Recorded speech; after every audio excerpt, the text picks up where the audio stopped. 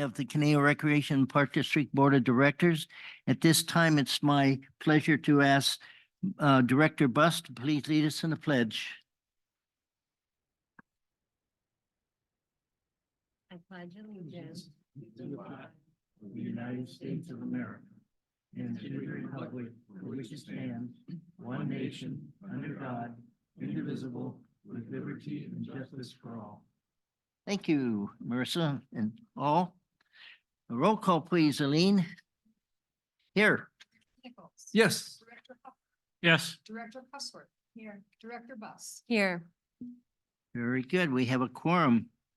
Item number 3, special presentations. The Global Adult Community Center. And who's going to introduce? They are ready to go. So All right. Mike and Julie will get up What a there team, and do what a their team. thing. Wow, y'all.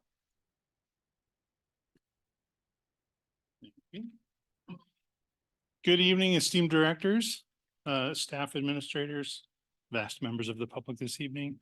The Global Center, we're known for a lot of things. We have our senior programming, classes, seminars. Let's not forget about bingo.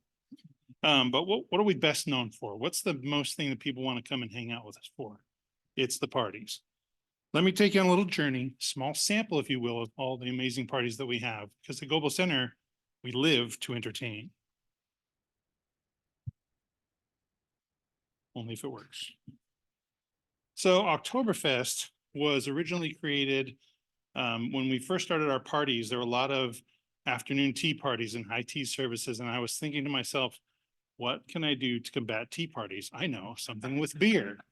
What goes with beer? Brats. So originally, brats and beers were started 12 years ago, and it's morphed into Oktoberfest. We have live dancing, live band, full dinner, desserts, photo booth. All of our parties include a lot of this, but Oktoberfest was our first ever, what can we do to combat tea parties with alcohol? Our holiday party is our longest standing tradition. People love to dress up for it. It started when Global Center used to be across the street from where the Civic Arts Plaza is now, back where Jungle Land was. Yep. And it's been everything from a comedy show to a talent show to what we've morphed it into today with the full meal again, entertainment. This year in the lower right corner, we had 3.5 generations of people at this party. We had a mom, a daughter, a granddaughter, and the granddaughter was pregnant. So that's where we got the half. Mardi Gras, this one just happened. This one, in February, we do everything from Valentine's, Queen of Hearts.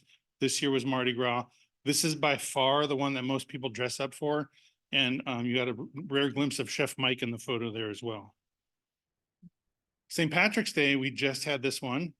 This party sold out in 5 hours. That's how popular our parties have become. We even had a corporate sponsor at this one.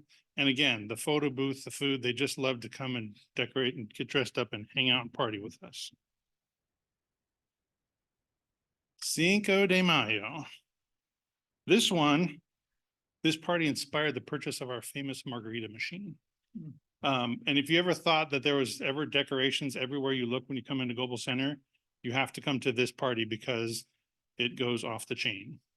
And this one they love because we have a live taco bar where they go out and get their tacos made right at the thing. Last year we added a live churro bar, entertainment, dancing, the whole 9 yards. 2007, we started a summer barbecue series, and we decided just to do a barbecue once a month out on our back patio. Started out with 45 people, nice evening outside, and then they morphed into 150 people with live band and food and drinks and the whole 9 yards. So these ones just keep getting better. So one of our summer luau's originally, the theme was the luau. Well, the luau is again morphed bigger. You're sensing a theme here. Everything's morphed bigger. And this year we've actually had live hula dancing. This one is its own separate party in the summertime now. Instead of just a barbecue series, it's its own luau. People line up to get these tickets. So September, we get to drain our creative juices a little bit. We've had everything from an 80s party, a 20s, roaring 20s party. By far the favorite one is the sock hop. Another rare Chef Mike sighting there. But our sock hop, they love to dress up, they love to decorate, and we always have an all-you-can-eat candy bar as well. This year, our holiday party took a turn. We went all things Grinch. So we had the Grinchmas party, everything from Grinch decorations, Grinch giveaway prizes. The Grinch himself showed up. There was an epic Grinch versus Santa showdown.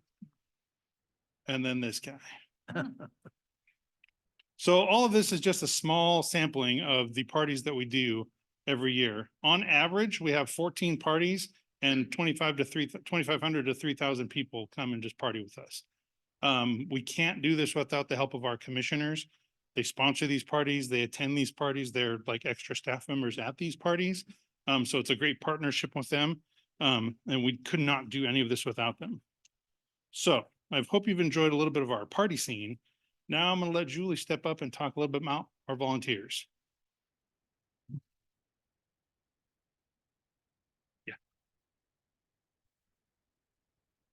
Thanks, Mike. Thanks again for having us this evening.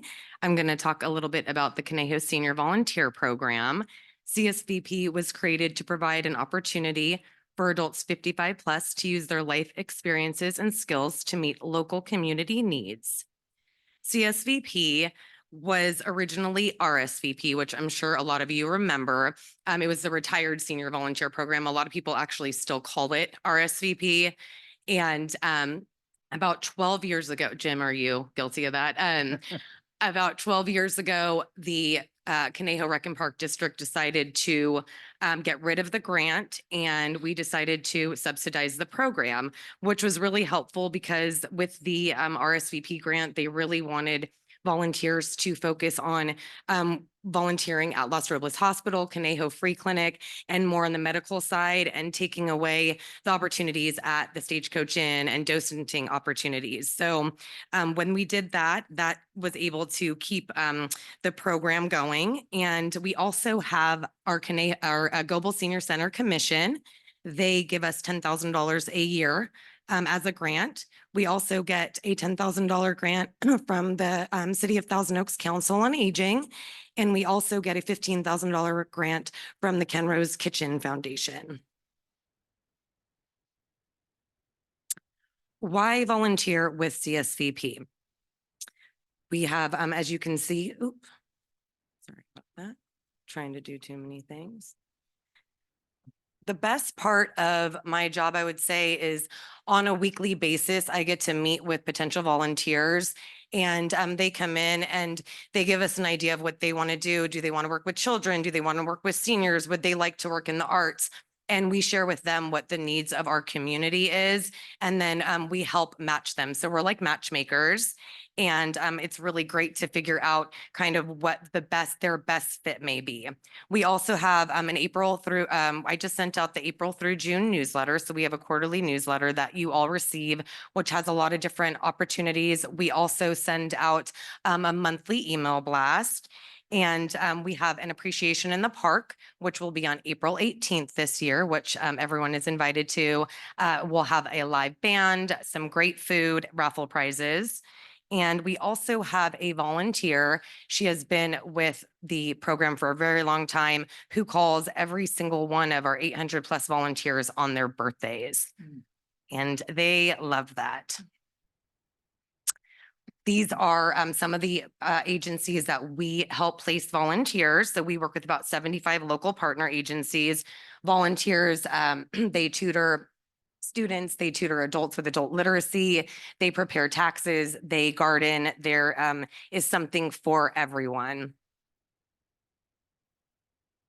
Our Wellness Fest takes place every January. This is an annual event, and we just had our 10th annual. It focuses on all aspects of wellness.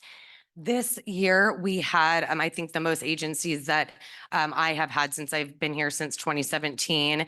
We had 34 for-profit agencies. We had 25 local nonprofit agencies. We had 7 divisions from the city. And the county approached and asked if they could do a senior job fair. So we had our first ever job fair at the event. They said that it went amazing. They had about 400 seniors come through. So that was a really great addition. There were about 600 people at this Launch Yourself to Better Health Wellness event. Charity Karaoke Sing for a Cause was first created in 2018. The goal of this event is to bring together local nonprofits and raise community awareness while helping raise money for all of the agencies. This list was the 2023 nonprofits that participated. And that last year we handed out $11,000 in donations at the event. We added virtual voting for the first time, which anyone anywhere could vote, and we split that up between the nonprofits. As you can see up here, we have Nelson for Play Conejo. We have our firefighters, Cindy Goldberg for Safe Passage. So lots of people from the community. A quick update on two fundraisers, which are daily fundraisers for CSVP. If you've never stopped by our boutique, we are open Monday through Friday from 9 to 4. We have 50-cent cards, handmade items, handmade earrings. So definitely come and visit us. You can do some of your shopping. Also, our breakfast at the Global Cafe is Monday through Friday from 9 to 11. We have homemade quesadillas. We have burritos, omelets. Marilyn up there is there on Mondays if you want to come and you can say hi to her, order some breakfast. And I just wanted to update on two of our grant programs, which are really important. Our senior nutrition program is for seniors 60 plus. It's Monday through Friday from 11:30 to 12:30. And this is a grant with Ventura County Area Agency on Aging. It's a $3 donation. We do not turn away anyone for inability to pay. This program, we do not do to-go meals. The main focus is for it to be a congregate program for seniors to come in and be able to socialize with other seniors, have a healthy meal. Sometimes this could be the seniors' only meal for the day, also maybe the only time that they've talked to someone for the day. This is one of our sample menus. We have one paid chef and the rest are volunteers, and 2 volunteers in the kitchen helping with dishes, serving. We have a host and 2 volunteers at check-in. So this program could not happen without our volunteers. And our free income tax program, this runs February through April. And 44 volunteers serve 6,000 hours and prepare over 2,000 free income tax returns. We bring over $1 million back into the community. And we also offer Spanish and Mandarin translation. We apparently had a record set this week, I think at 72 returns in one day, which is unheard of. Tired over there. We also, May through October, we offer tax counseling on the first Wednesdays. So we do back taxes, we have amendments, and we can do tax counseling for our seniors. And not only do we help place volunteers at our local partner agencies, we also have 4 workshop groups, the Nifty Ladies, the Busy Bees, the Teddy Bears, and the Crafters that help make handmade items that are donated to the agencies listed on the screen. They make chemo caps, we make lap blankets. Our Teddy Bears group makes teddy bears. We donated 350 bears to all the Title I kindergarten classes in the Conejo Valley last December. And they're just really creative. So none of this would be possible without our volunteers. I want to thank them. Thank you again. And we are here to answer any questions. Great presentation, great program. And we're just so pleased to have you two and your other individuals working these programs. You do a super great job. I'm going to start on my left and ask that Marissa Buss, do you have any comments you'd like to make? I have a question on the Cinco de Mayo party. Are the seniors mad that it's going to be closed that day because chili cook-off is that day? No, because Cinco de Mayo party's on the 3rd. Oh, thank goodness. I was feeling really bad right now. I was watching this. I was like, Very, very carefully check the calendar against the community events before we plan our parties. okay, so they don't have to have it on the 5th. It's a, Typically the Friday. of Praise whatever the that Mayo weekend is, party. so. Okay, great. I feel better. Thanks. Director Nichols. Thank you, Mr. Chair. Yep, speaking of parties, I just was wondering, when do you have time for bingo with all these parties? I mean, 3 sounds days like a you- week on top of the parties. I was gonna say, my gosh, you guys just nonstop. I just want to make a comment about Wellfest. I stopped by there and it was just busy as a beehive over there. But what really impressed me was the people that I saw around the booths and different tables there, how many I recognized that I knew that wasn't the only thing that they volunteered for, that they are involved in multiple things. It just impressed me of how much of a serving community that we have with all the volunteers. And I know you have a horde of several hundred there. And it's probably just a reflection of the whole community, but appreciate what you do for them and how you continue to keep them engaged. And because it benefits our whole community. So thank you for both of you for what you do and how you keep that age group more active than the rest of us. For sure. Director Tessworth. So I had kind of an interesting experience. I volunteer at Conejo School once a week helping kids read. And I went into the classroom and there was another lady there who I'd never seen before, who I guess was just volunteering for the day. And I walked in and she goes, "You go to the Goebel Center?" And I said, "Yeah, sometimes." And she goes, "Yeah, I've seen you around." And I thought, yeah, we hang at the Goebel Center, you and I. We're Goebel Center people. Kind of cool. So I kind of thought that was funny. That was the first thing she said to me. Like, yeah, that's the place to be. You got to go to the Goebel Center. So I don't go there that much. So I'm glad to know I was at least noticed there. In fact, my new passion is pool. So I'm going to play pool a couple times a week now. I'm the only woman, but I'm having fun with pool. You're not kidding. You play pool? I play pool. You want to play with me sometime? Well, you I'm don't pretty get- good. That's a I've tough crowd. I've That's a got- tough crowd to break into, that pool crowd. Yeah, I don't really play with those guys. I've played with a few of them and I'm pretty good. I've beat a couple. So, but I'm still learning. I'm still learning, but I think it's nice to have that there. I never thought of it before, but it takes up a lot of room in your house to have a pool table. So being able to just go over there and play a few games of pool a week is pretty fun. So I took my, I guess we'll say he's my brother-in-law. It's my husband's sister's ex-husband. But anyway, he was visiting.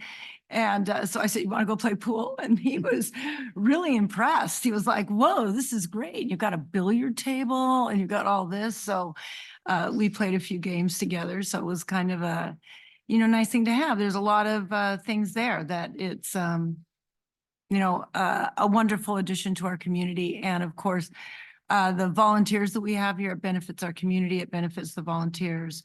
And you just have so much energy and everything going into that, Julie. It's just wonderful. I love it when I see you there, Mike. It's a friendly place. So thank you for all of the efforts that you do there. Director Huffer. Yeah, I'm constantly blown away by all the activities and programs that you folks have there over at the Goebel Center. I don't know if you still have it, but I know at least for a few years, you used to have a seniors teen pool tournament. And I'm just wondering if maybe you could extend the competition and see who the better party animals are, the teens or the seniors.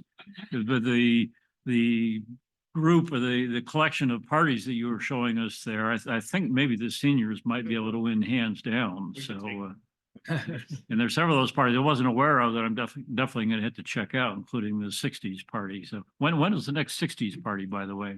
Be in September. Ah, okay. I'll make sure I get that on my calendar.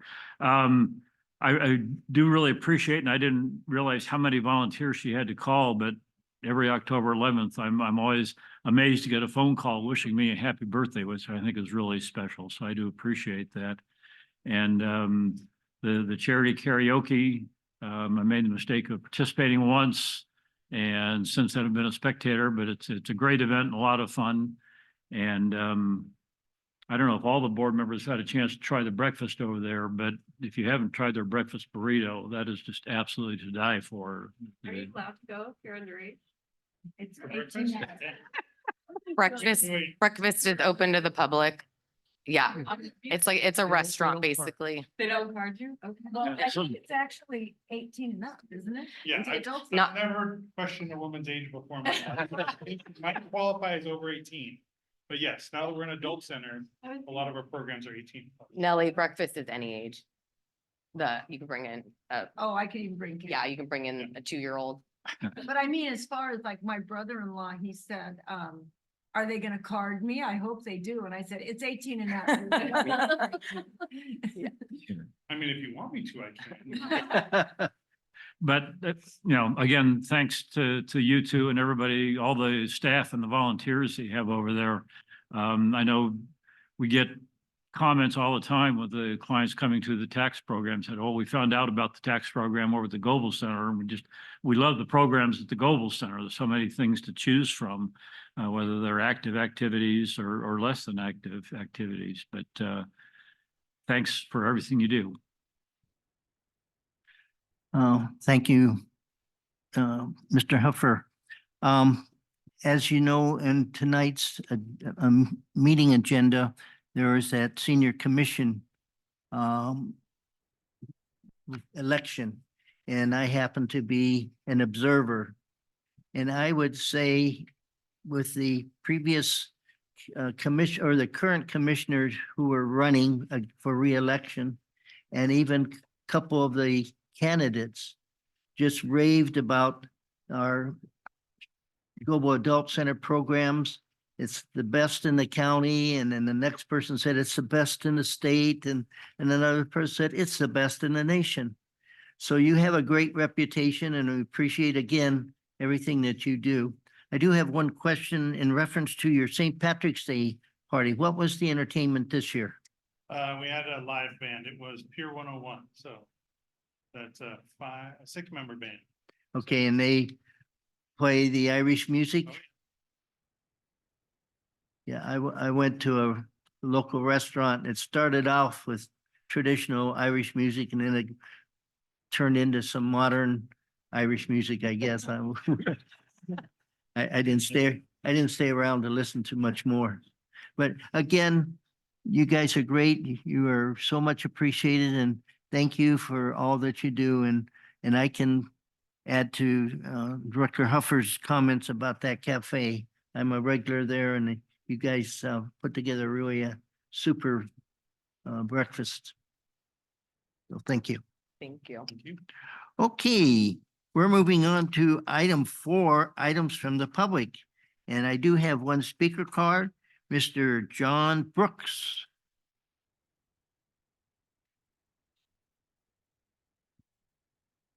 Thank you. I'm John Brooks with the City of Thousand Oaks, and not quite as exciting as the last presentation. What an awesome job they do.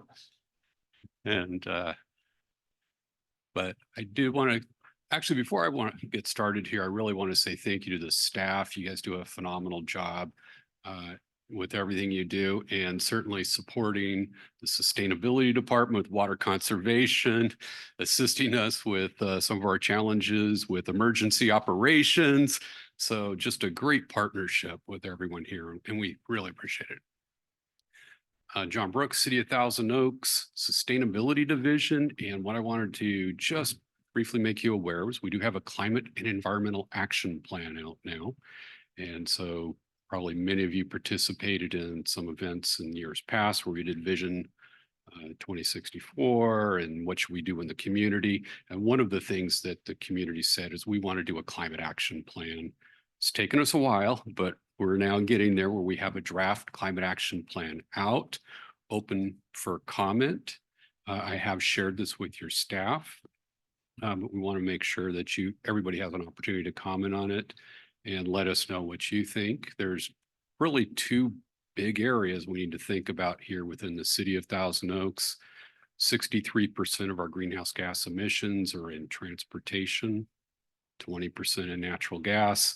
And so when you look at that, you've got your vehicles and you've got your buildings, some new buildings going in and all of our existing buildings. So over the coming years, we're going to have to really focus on measures that do target those areas.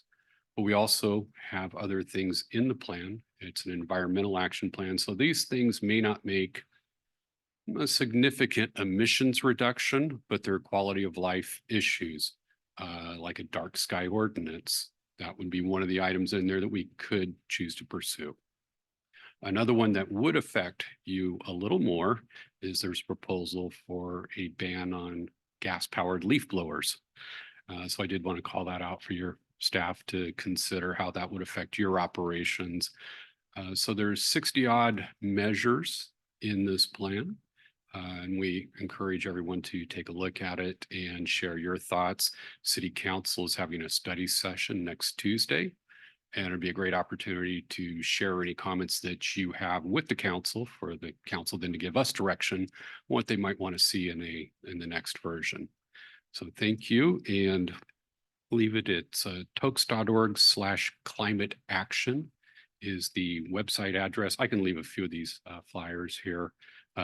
Tokes.org/climate action, which is a special website where you can actually go on, download the plan, and then just make comments right from there, or make them at City Council as well. Thanks so much. We really appreciate it. Well, thank you, John. And as you know, obviously, we have a great relationship with the city of Thousand Oaks. And it's our privilege to be in a city like this and have programs, like the sustainability and others that you're involved with. So thank you, and greet all those back there at the city from the Board of Directors in the Conejo Rec Park District that we say hello. Thank you. Appreciate it. Mr. Chair, I have one question if I could. Would you mind if I ask? Oh, one go question? ahead, Yeah. please. I'm sorry. Thanks, John, for the report. Just was curious, since this is a new document, is this just going to set city policy? Is there regulations behind it? I'm just thinking of things like a general plan and, the various elements within that. Will it fit into that, or is this just like a policy document? Well, it is policy, but it does follow along with the general plan in that general plan set some of the standards within the city, and we incorporated that in. And if the council adopts whatever version of the plan they end up adopting, assuming they do that, is say like the dark sky ordinance, they may say we want to do that, but then we have to come back with the actual ordinance itself at a future date. So there would be the policies in there that would pursue, but many of them will require additional actions in the future that council would act on to enact those particular pieces. Okay, all right, very good. Thank you. Thank you. And thank you. Any other directors? I have a question, a comment for John? You're going to be leaving some flyers, right? Yes. Thank you. I might want to just say a nice thing about John. We got to spend it's actually on the emergency services. John works in that area too. And during the post Woolsey fire days, I think he was literally inside our facilities for like 72 straight hours or something. So yeah. I think we all got to go emergency services. Yeah. Good to see you. Okay, we're ready to move on to item 5, approval of the agenda. I'd entertain a motion at this time. So moved. We have a motion. Is there a second? And we have a second. Thank you. Any comments or changes? If not, all in favor say aye. Opposed, abstentions, hearing none. That motion passes. Item 6, consent calendar. A, approval of the minutes, March 7th, regular meeting, March 21st, 2024, the special meeting. And B, approval of the warrants, accounts payable, check registered 1,107,000 $884 and dollars and 37 cents. Payroll $980,992. Any comments or questions or changes or a motion on the item number 6? I'll make a motion that we approve the consent calendar A and B. I'll second that. Thank you. Motion and a second to approve our consent calendar items A and B. Any other thoughts or questions come to mind? If not, all in favor, say aye. Aye. Opposed, abstentions, hearing none, that motion will pass. Item 7, deferred matters, we have none this evening. Item 8, items for discussion, we have none this evening. We're moving on to item 9, new items. Conejo Valley Unified School District and Conejo Recreation and Park District Amendment Number 1 to the lease agreement for Newbury Park and Thousand Oaks High School pools. Staff, please. Thank you, Chair Lang, members of the board. So in front of us tonight is a recommendation for the general manager to execute the Amendment 1, which is in front of you in regards to the CVUSD agreement for Newbury Park and Thousand Oaks High Schools.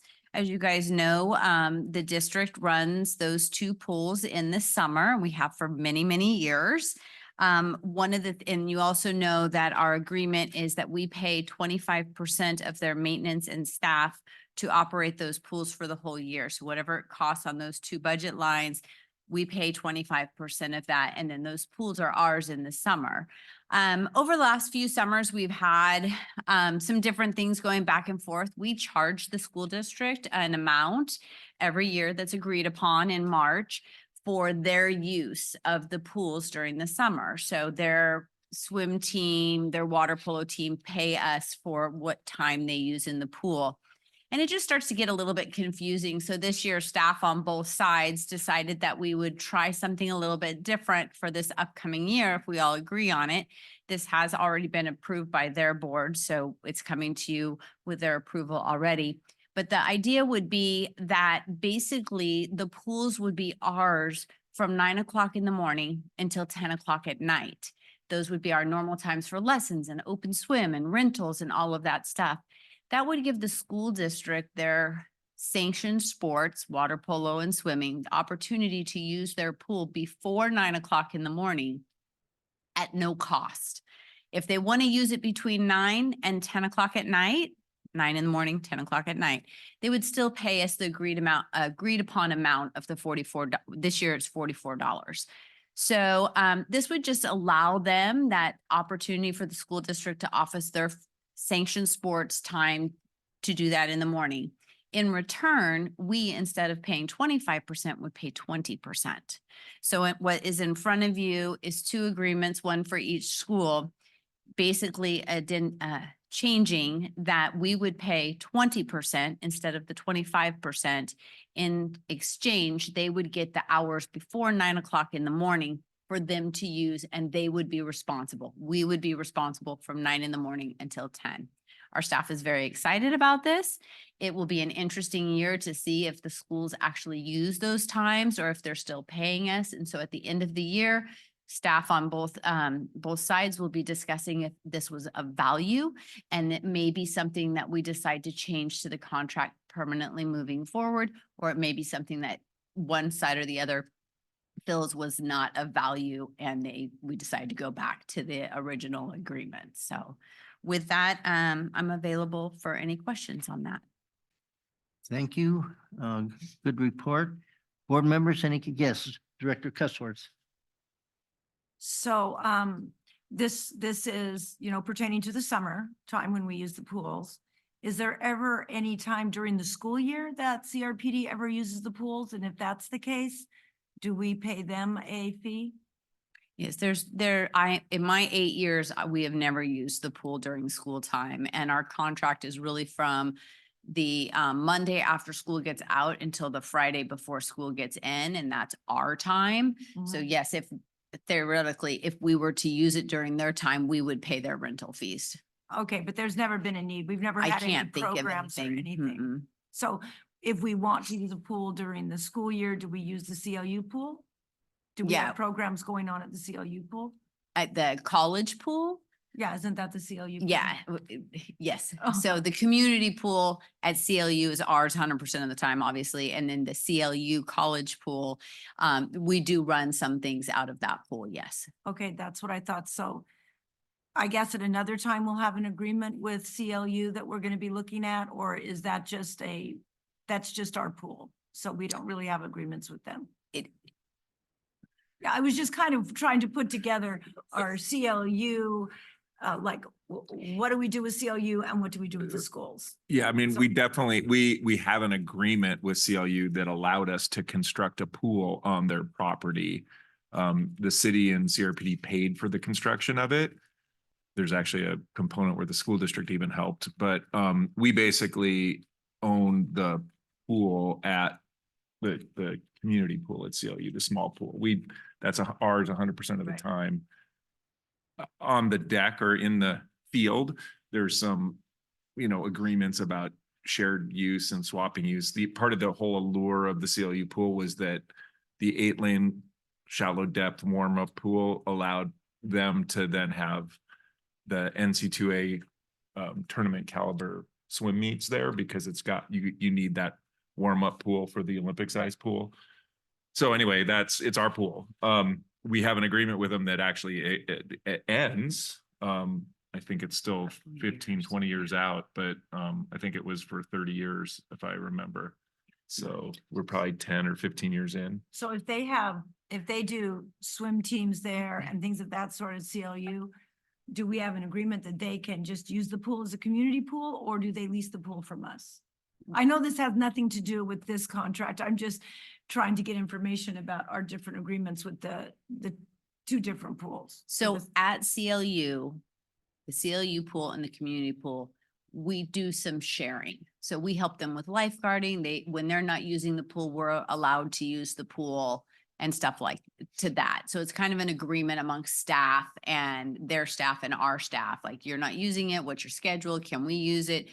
The only thing we really run out of the CLU pool is we do lap swimming, and it's usually our master swimmers that I believe use it for lap swimming. And then we use it for training.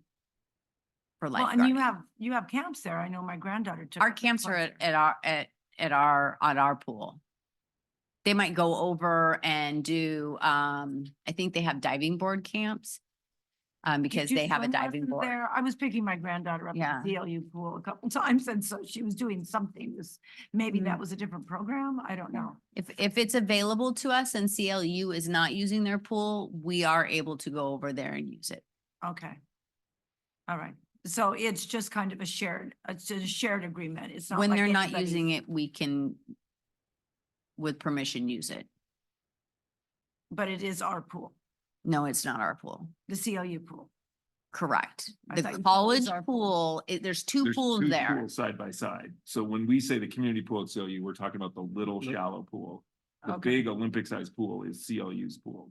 They're right next to each other. Oh, okay. So we There's don't two have, pools. The CLU's pool is not ours, okay. but we do get permission to use it.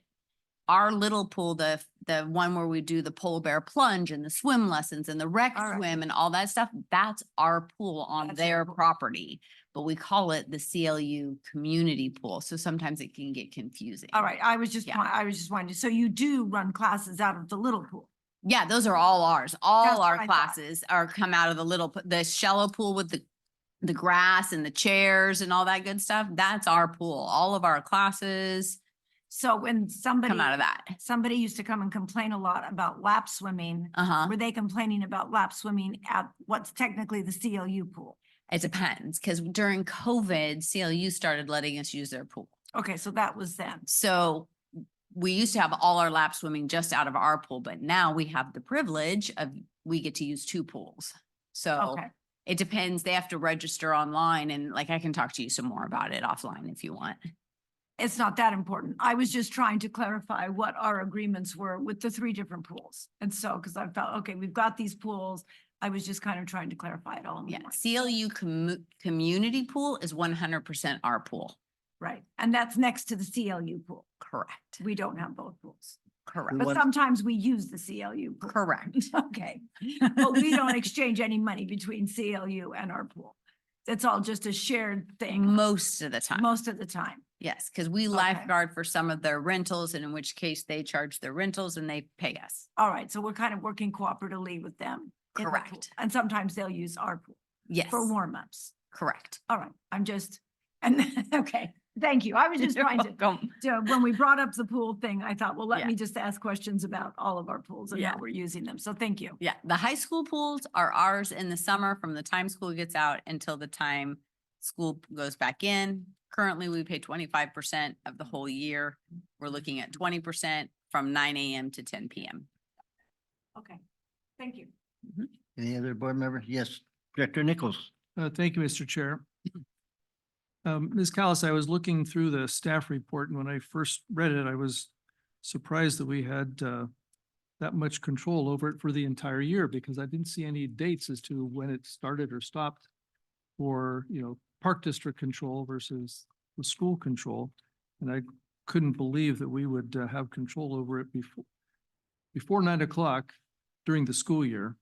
No, And I didn't see anything in the staff report, but I did in the amendment under item A. It just says that under this agreement, that up to 90 days between June and September. So there's no hard dates as to when the keys are handed over, in essence. But it says for up to 90 days, and you mentioned, it's the first Monday after school's out, the last Friday before it's open, which is, I understand why there's no dates there, but there's nothing that really explains that. And the only thing I see is it says for up to 90 days, which would be a maximum, but there's no guaranteed minimum, correct. which seems that's to our disadvantage. That we're not We guaranteed get a that we fourth get, of the year. pardon me, So we get a fourth of the year. is that described Be- somewhere? Well, that's our And- 25%. Is that that, we is that pay. outlined in the I agreement? believe somewhere? it's in the original agreement. That we pay 25% because we get it for the 3 months, 90 days in the summer. Starting from the Monday after school gets out and to the Friday before school starts. Okay, and is that the subsequent pages here that starts on page 52, says lease agreement? Is it included in here? Because I looked through, I didn't see it. Granted, I didn't go line by line. But I was concerned since there are no specific dates, which I understand why, Yeah, but I there's don't no see that there's any minimum dates that we're guaranteed. It's just a maximum that we're restricted to, but no minimum that we're guaranteed. I would have to dig into it a little bit, but that is my understanding that it says in the original agreement, and I'd have to look and find it. Terms, 31, 10 days. Well, and Optional. I certainly appreciate that, you're, obviously we're getting along well with the school district and there's no reason to question that we wouldn't. But sometimes legal issues come up and I just want to make sure that the agreements clearly state what the current practice is. Right here. Here's the under 5 operations and management. It talks about the Monday to the Friday, but it doesn't, and it says the 90 days, but it doesn't talk about a minimum amount of days. Yeah. And it does say June to September. Mhm. And may encroach into the school year when the pool is not in use by CVUSD. So we have flexibility, but it is traditionally the 90 days of summer. It's the 3 months from after school. And that's when it comes over to us. And that's when we start charging the school district for their hours if they use it. All right, thank you. Any other board member questions? How many staff, do we provide the Newbury Park High School pool and the Thousand Oaks High School pool during the winter months? None. None? I don't believe so. We don't do anything at the pools, not during the summer. We only are there during the summer for those 3 months. Okay. We do. And do so my not do memory anything. is probably not that accurate, but I do recall at some time, obviously before you came on board, that there were some winter, vacation weeks Mm. that we had some programs there. Yeah, maybe we haven't since I've been here. So, Mhm. and I would guess that if we did, that would be a conversation with the school districts. And as we discussed before, we would probably have to pay for it because that's not part of our 90 days of the summer. Okay. So we would pay whatever their If I going could rental suggest, rate is. Director Lang, that might have been before we had a community pool at Cal Lutheran. That's right. So during spring break or winter break or something, they need someplace, so they probably use those pools because we didn't have an alternative.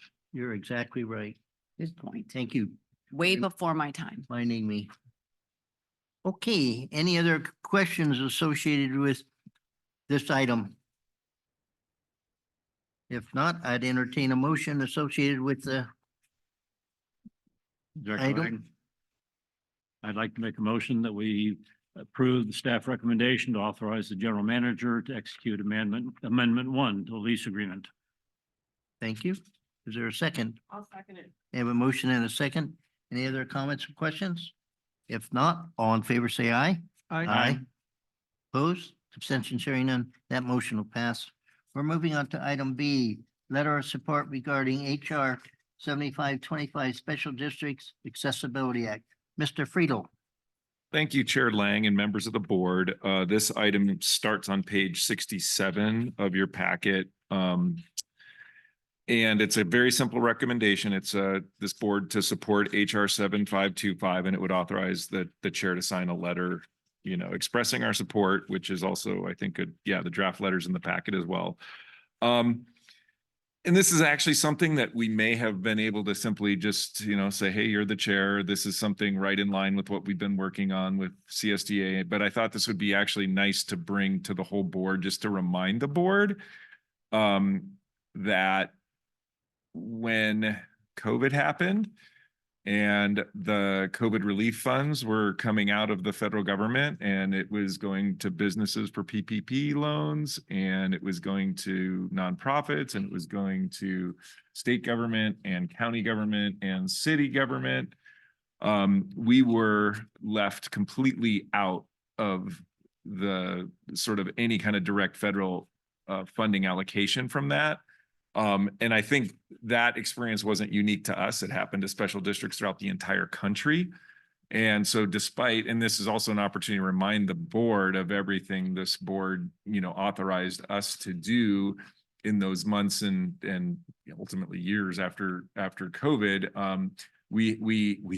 I think we might have been the first testing location in the county, because we let a private lab come on to Conejo Creek South and do a drive-through test. We opened the senior center to testing and then eventually vaccinations. We have a letter that we had sent to the county at the time, millions of dollars of staff time and energy and facility use, all these efforts. And we were like striking out everywhere. Like the federal government's like, hey, we gave it to all these other people, go ask one of them. Yeah. And so then we were asking the state and the county and the city, and naturally everybody's like, yeah, that's awesome what you're doing, but yeah, no, that's not what we got the money for. We got it to do what we have to work on. So if you remember what ultimately happened, we used our 30,000, I think 35,000 email address registration system, and kind of shared with all of the folks that take classes with us, all the emails we had. We said, we are out millions of dollars because of this, and we have no relief. And ultimately, we did get Senator Stern and Assembly Member Irwin to actually put in a direct appropriation out of the federal or state of California budget that allocated state funding to us for our expenses associated with COVID. So this is an effort by special districts collectively to try to say, hey, you should have a federal definition of what a special district is. And, God forbid we go through something like that again, but there could be other, opportunities or grant, we aren't eligible for a lot of grants at the federal level if they don't even recognize what a special district is. So this is something that the National Special Districts Coalition has been working toward, which is, I think, up to 12 or 14 states now. I think our California Special Districts is leading the charge on it. And we now have an actual HR bill number 7525, and it's bipartisan. So there's a Democrat and a Republican supporting it.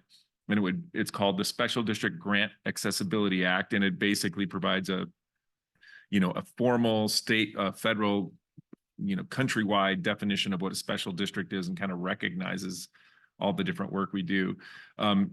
Because of the audience here, I would kind of use this as an opportunity to talk about the fact that there's 35,000 special districts in the country in all 15 states.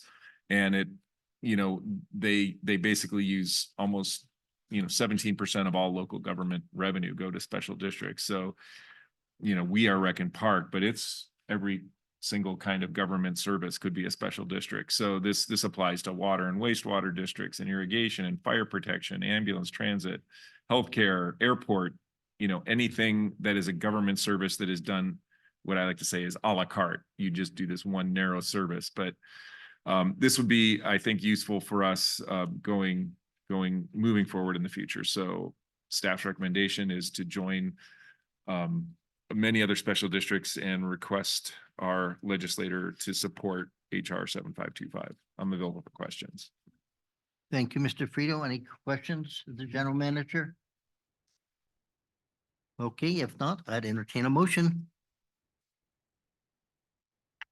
I will move that we support HR 7252 Special District Grant Accessibility Act. I recommend that. Thank you, Director Customers. Is there a second? I'll second that with the correction that it's 7525. Oh, what did I say? 7525 is what I said. Okay, we have a motion and a second to approve item B. Any other comments, questions come to mind? If not, all in favor, say aye. Aye. Opposed, abstentions, hearing none, that motion will pass. Moving on to item C, appointments in the Global Senior Center Commission, to the Senior Center Commission. Thank you, Chair Lang and members of the board. So you guys see this every year, and this year is no different. So we're looking for a recommendation. Staff is looking for a recommendation to approve the appointment of one new member and a reappointment of 5 members as named on the recommendation, along with their applications that are attached to your memo for the Global Senior Center Commission. This is a board of up to 15 members, and they had 6 seats that were open, and they are looking to fill them. They did interviews in March, which Chair Lang participated in. And as you know, you guys, and you just heard, we have fantastic volunteers, and they raise so much money to help the Global Center. They probably help over $50,000 to $100,000 a year on events and activities and stuff that support the seniors. So it is a place that they usually have a decent amount of folks that turn out and want to be part of it. Unfortunately, not everybody can. So their group nominates who they want to pick, and they make the recommendation to their commission board, and then they vote on it. And so now we're just bringing that to you guys so that you're aware of it. Their term, so there's 6 applicants that were recommended to serve on the commission, and the nominations, like I said, were attached, and it would be for I think I said it and I lost it, 3-year term? No, 5. So with that, I am available for any questions. Thank you. Are there any questions or comments associated with this item? As was mentioned, I was an observer of the interview process. And as I mentioned during the presentation this evening, not only the current commissioners who are up for reelection, but even a couple of the candidates talking about the reputation and this of the Global Adult Center and this services that we provide. And, it just received so many compliments and talking about, not only local, the county, it's the best one in the county, then it went to the state, then someone said in the nation, So it's got a great reputation. It serves so many people that that's their life.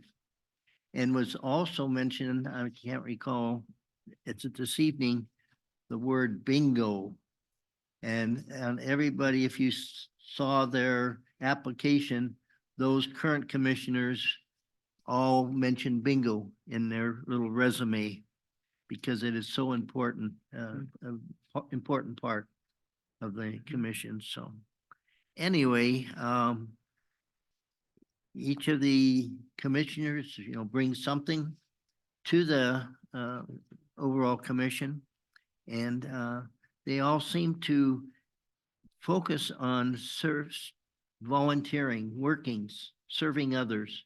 They're not in it for themselves. They're very much for the whole community. So it's a great organization. There's a great culture there, and we as a park district should be very, very proud.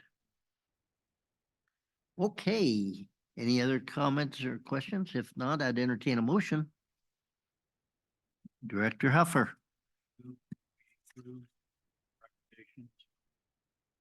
Senior commission or their commissioners. Thank you. Is there a second? I'll second that. Thank you, Director Nichols. We have a motion and a second. Any other thoughts or questions, comments come to mind? If not, all in favor, say aye. Aye. Opposed, abstentions, hearing none, that motion will pass. We're moving on to item 10, reports and announcements, A through F. Anybody have any comments specific to any of those items that you'd like to bring up? Yes. I have a question on the backyard block party. How was the attendance on that one? Was that for the 6th through 8th graders? Attendance is getting better. They've got some more things planned for the summer, but it's still a work in progress. So, but it was better than the last backyard Okay. event the dance that they had inside too, the New Year's dance.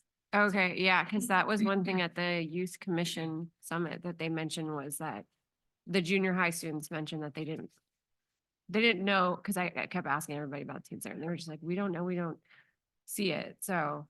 Yeah, it's interesting. We're working on the marketing. There's some misunderstanding that maybe you have to have a membership to go there that some of the kids have, and we've never had a membership to my knowledge. So we're going to some different events. We're going to be at, they're having a very large, the Latino club. There's one at each high school. They're having a big dance coming up. And we're going to be attending that. And so we're the staff are working really hard to get out there and kind of figure out what's the word on the street and kind of clarify it. Yeah, I mean, I thought, I don't know why, I thought 6th graders weren't allowed to go. Okay, well, I'll make sure to check it out, but that's good to hear. 12 to 8, 12 to 17 or senior in high school. Okay, perfect. Thank you. Yes, Director Cusworth. So on page 86, the calendar, Mhm. I'd like everybody to write in on the 21st. There is a speaker series at the Stagecoach Inn Museum. We're going to be having Mara Rodriguez from the zoo. And she's had many, many years of working with wild animals, and the Moore Park Zoo is one of the only training centers to teach people about working with conservation of wild animals through zoos. So please put that on if you can attend. And then on page 89, I wanted to comment that on our goals and objectives on K, several palm trees were removed from the Stagecoach Inn. They had a crew out there. So I think at least 4 or 5 palm trees were done. They haven't taken them all out, but there was a big round of applause over there and lots of texts and emails. They were so excited about the palm trees coming out because they're a fire hazard. And then on item N, I just had a meeting with Al Adam, and we talked a little bit about the Cultural Historical Committee, which the city is basically the Cultural Historical Committee. And we talked about that, and I mentioned the Crowley House, and so I was glad to see we're working on that. We talked with him about the Jan's house, which the city owns, but that's going to need some work probably. And then on item O, since I'm kind of the arts and culture historical person here, I went and talked with Megan McDonald yesterday, and she emailed the person that's in charge of putting new people in on the Arts and Cultural Roundtable to say that I'm interested so that I could represent the board. So I thought I would just add that because we're supposed to be working on these goals. So some progress is being made. Thank you, Director Kessler. Any other comments or questions on any of the other items? I'll just mention I did attend the Bark in the Park event, and it happened to be a weekend that my family from Santa Cruz was in town, and with the granddaughters and so forth, they were very entertained and enjoyed it, and I'm so glad it appeared to be a big success. And would you echo that? Was it a I was not able to attend, but I heard it was very much a success and we had a lot of good vendors and I saw a lot of stuff on social media where people were tagging our pages about all the fun stuff that they did. So Yeah, one of the activities we watched was the prettiest dog or something very similar. Yeah, the owners are just as excited as the dogs get, when they're prancing around. So a good event. One other item on page 113 on the program enrollment summary. Under the classes and looking at the various classes and percentages and so forth that are canceled, are the major reasons for classes being canceled is a lack of enrollment? Is that normally what yes, cancels the classes? it can be lack of enrollment and the other one is a lot of our independent contractors, for some reason, all of a sudden, they'll tell us, hey, put this in the book, we're going to have this. And then for some reason, they're not able to do it. So they cancel out. So usually those are the reasons why we have cancellations of classes, Okay. lack of enrollment or the instructor can't teach for some reason. Okay, so it's really nothing associated with the park district not being able to provide space or other, okay. No, because if the program is in the book, in the catalog, we have the space. We're expecting it to go or hoping that it will go. Okay, good. All right, that concludes my comments or questions.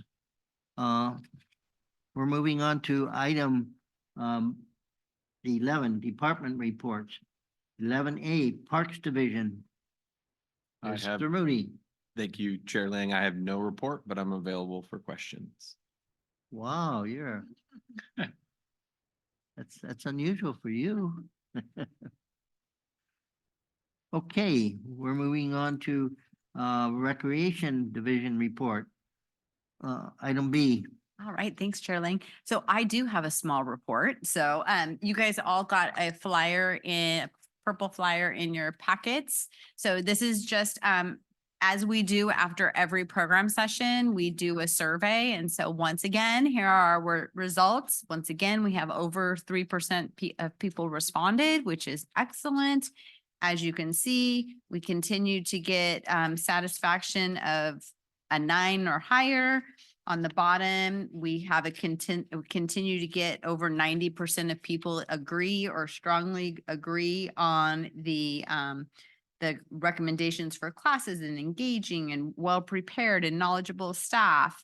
You can see half of the pie is really GAC, sports, and DVC this last session. Pickleball is about 50 of the 353 people that responded. But yoga, tennis, tai chi, and swimming lessons. And then I loved reading what was in the gold. And then know that all these surveys, granted, I show you the wonderful stuff.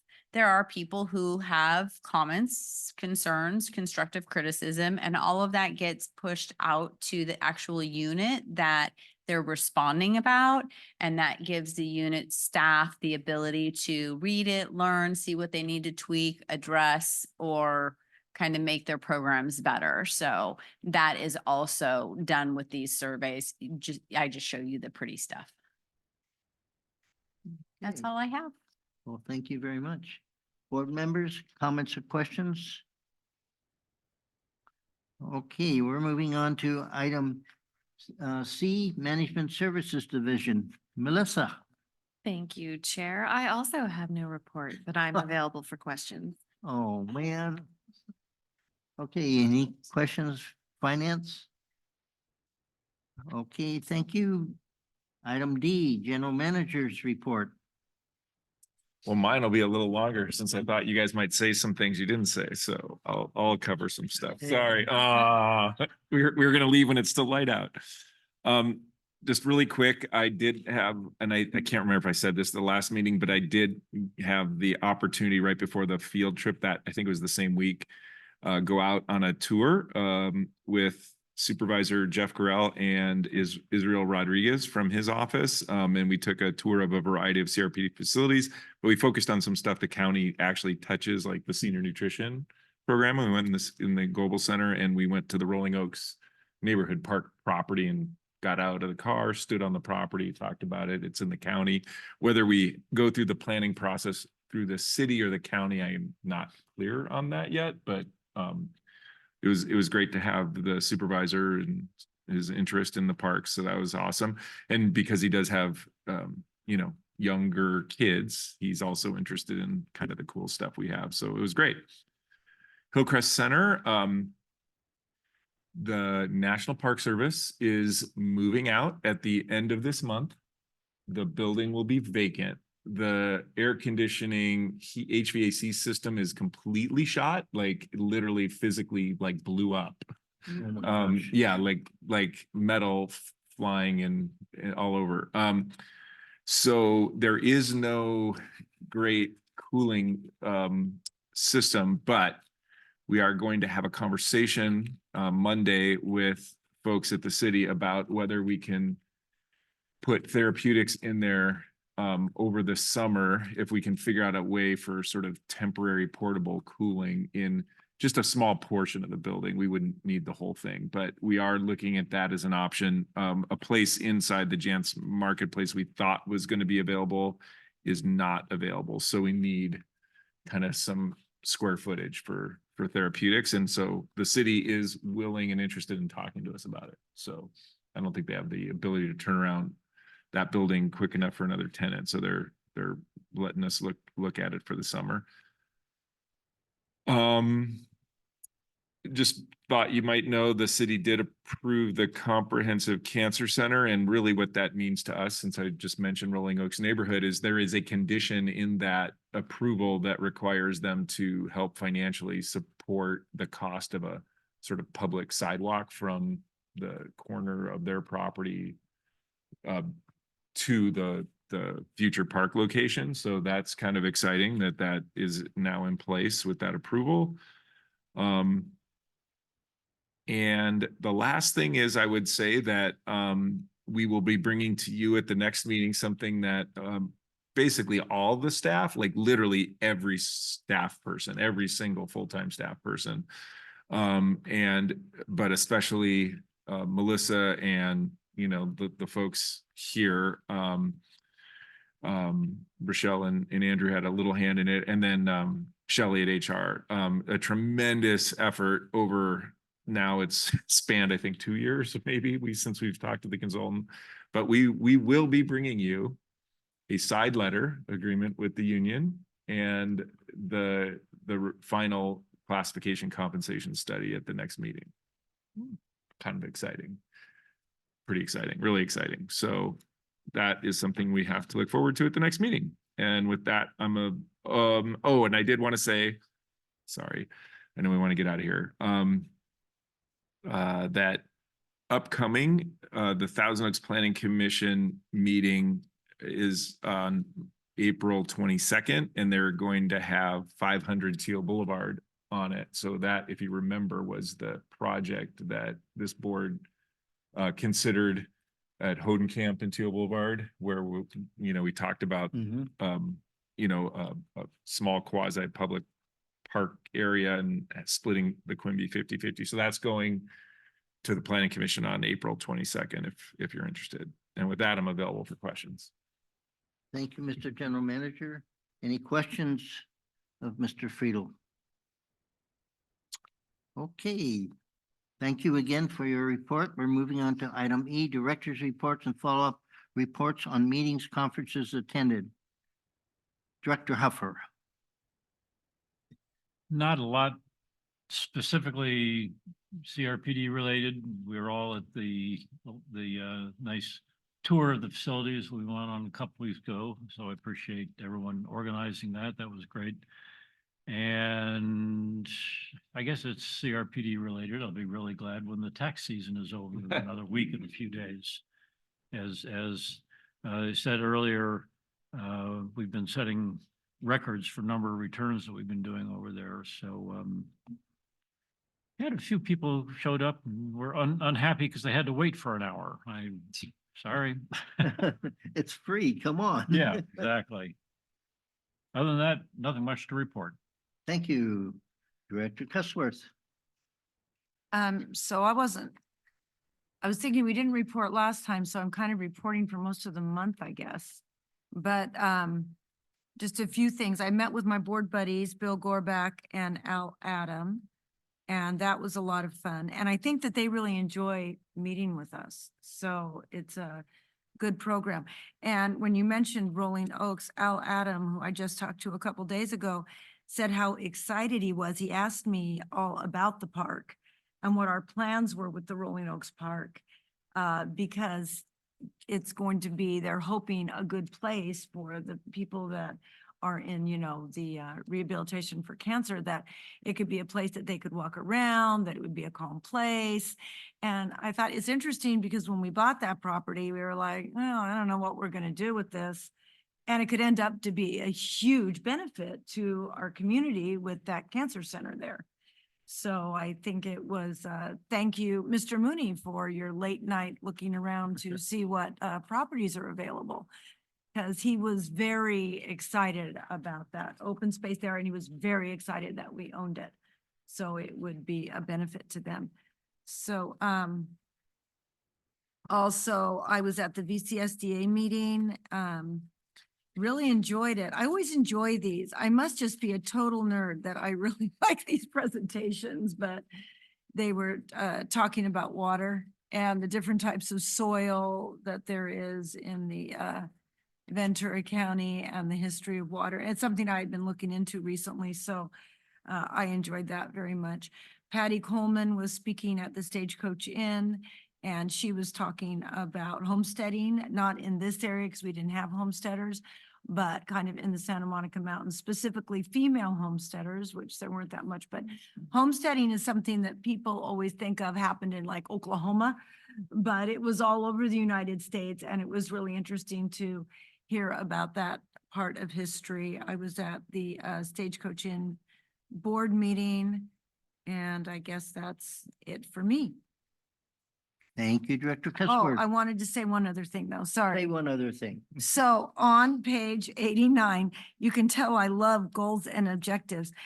Number B, you said we're going to be completing the classification and compensation study here in the next month. So we're going to be able to check that off our list. Yes. So that will be exciting. Our first one to completely check off the list. So congratulations.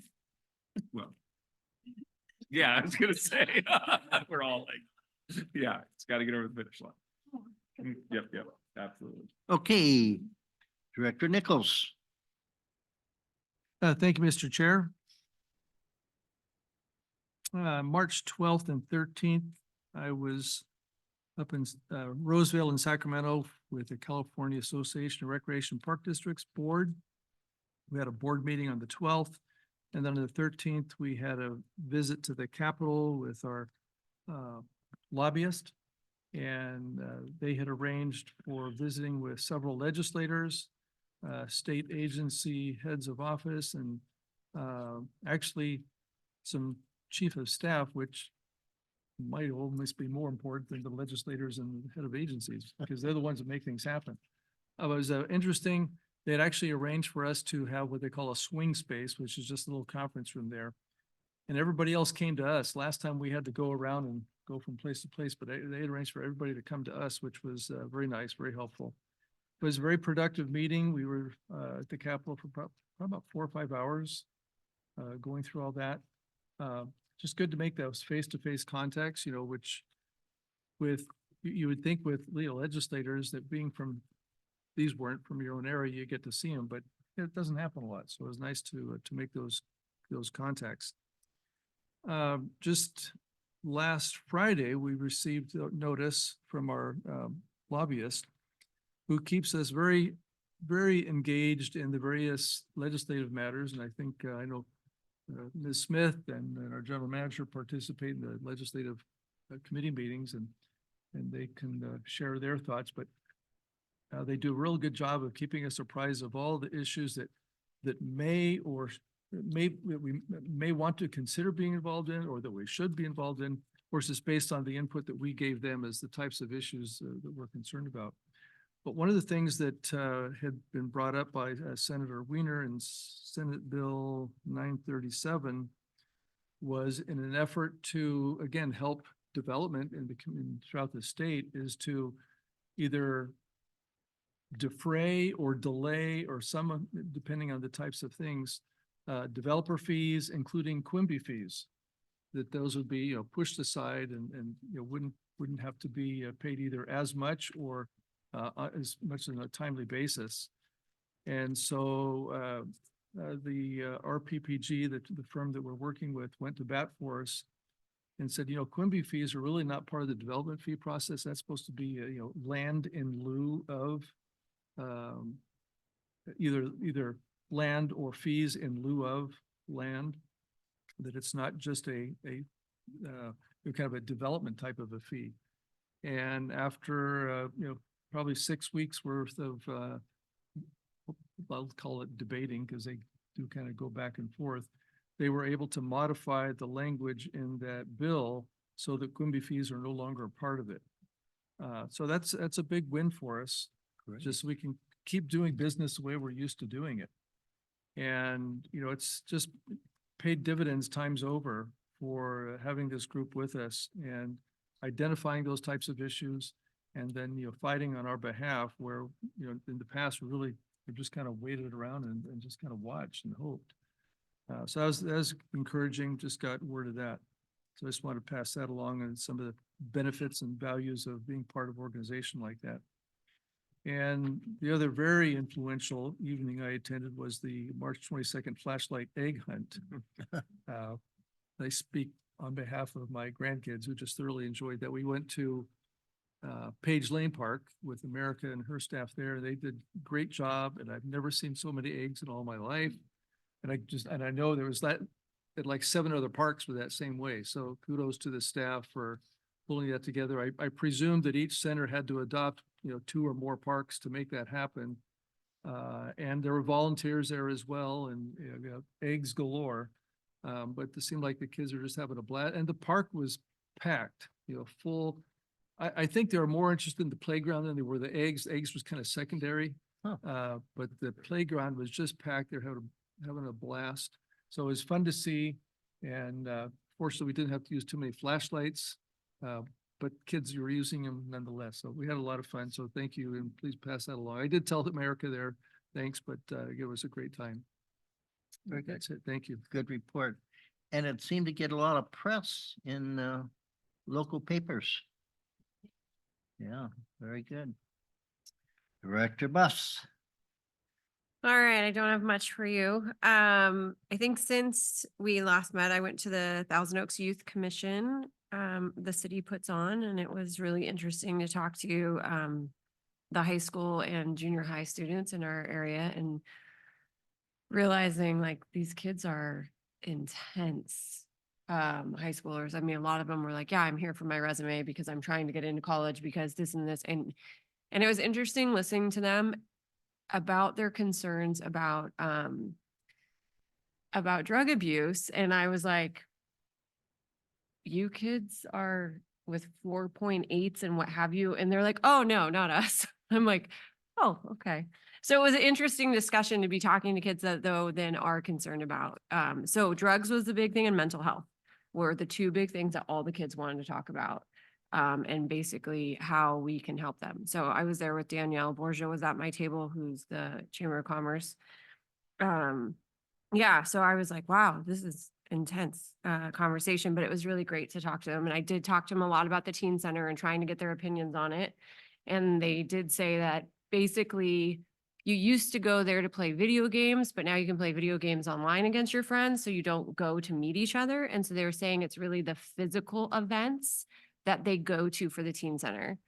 And then one of the big things that, and I had told Rochelle already, but that they wanted and they felt, I guess, I think the schools put it on, but was a financial literacy class.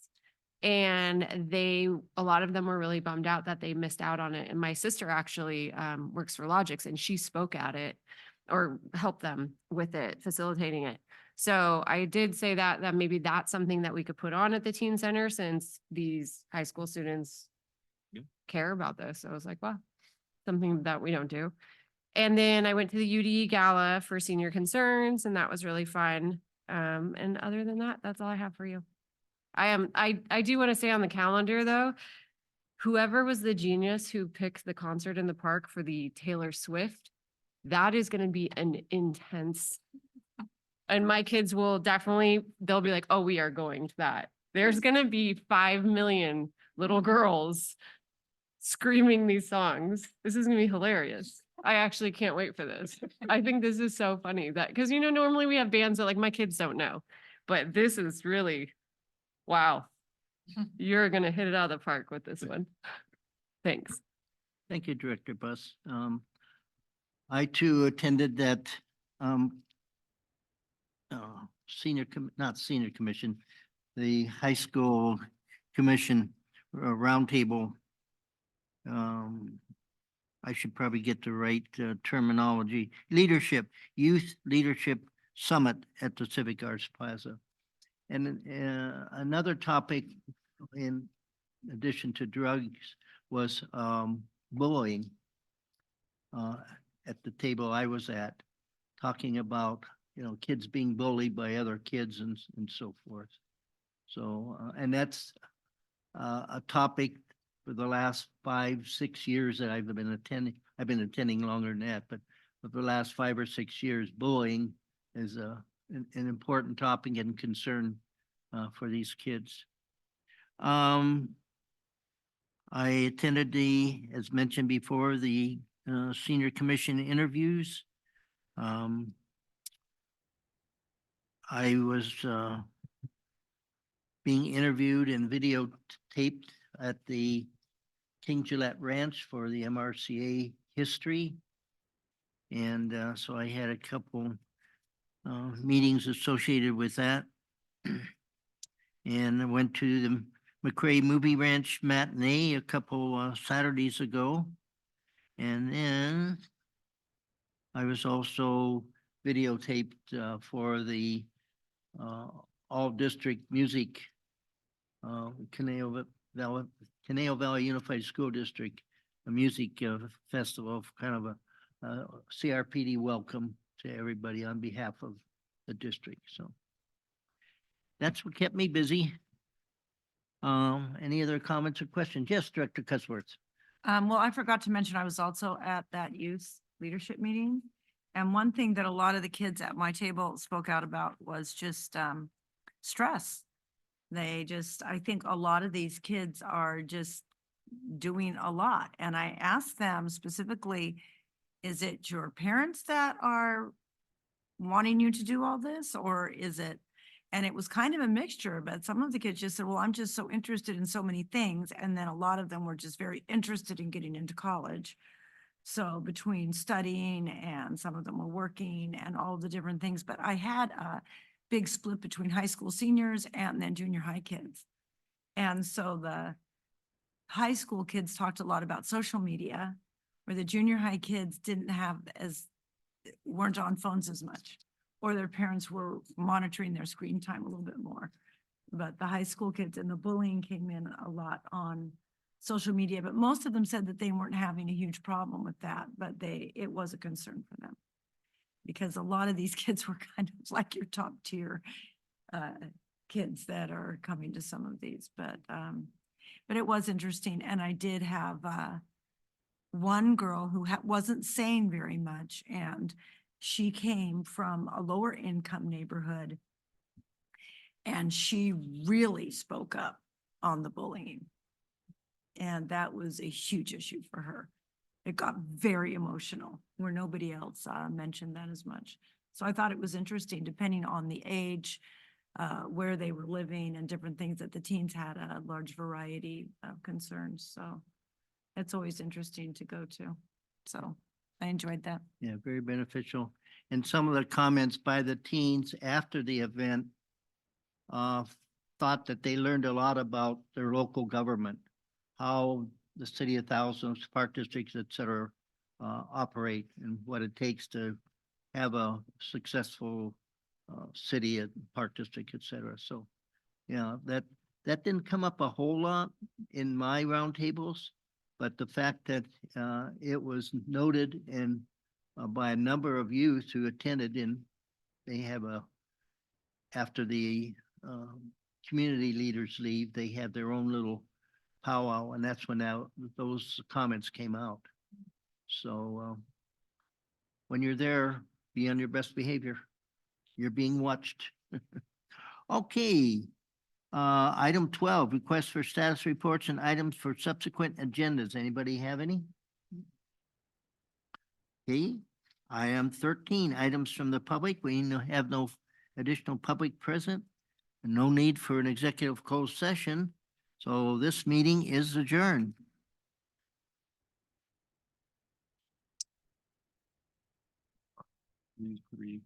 2 minutes and the letter to Julia Brownlee.